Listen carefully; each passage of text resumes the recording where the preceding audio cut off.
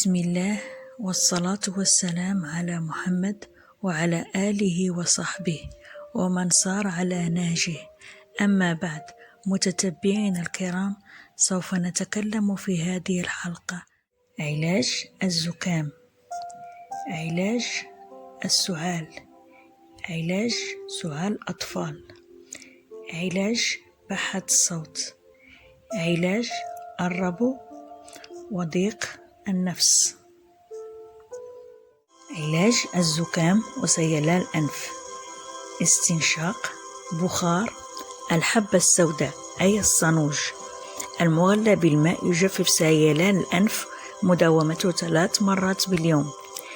علاج السعال المزمن: مداومة أكل التمر، وكذلك مضغ الثوم بعد الأكل، ينظف القصبة الهوائية من الرطوبة اللزجة ويقطع السعال.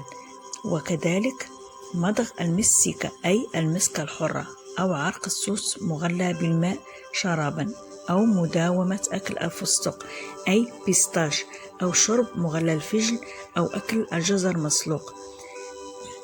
علاج سعال الأطفال: مسحوق الصمغ العربي ومسحوق الكتيرة مخلوطة بعصارة السفرجل، نافعة لسعال الأطفال المزمن، أو لعق الكمون بالعسل للأطفال، يزيل البلغم ويسكن سعاله. علاج بحة الصوت: مداومة أكل القرنب أي ليشو، وكذلك أكل الفجل بالعسل، ينفع من بحوحة الصوت، أو أكل الثوم المشوي يصفي الصوت. علاج الربو وضيق النفس: مداومة أكل مسحوق الجلجلاء أي السمسم بالعسل، أو مسحوق زرع الكتان بسمن البقر، ومسحوق عرق السوس على الريق، ينفع من الربو.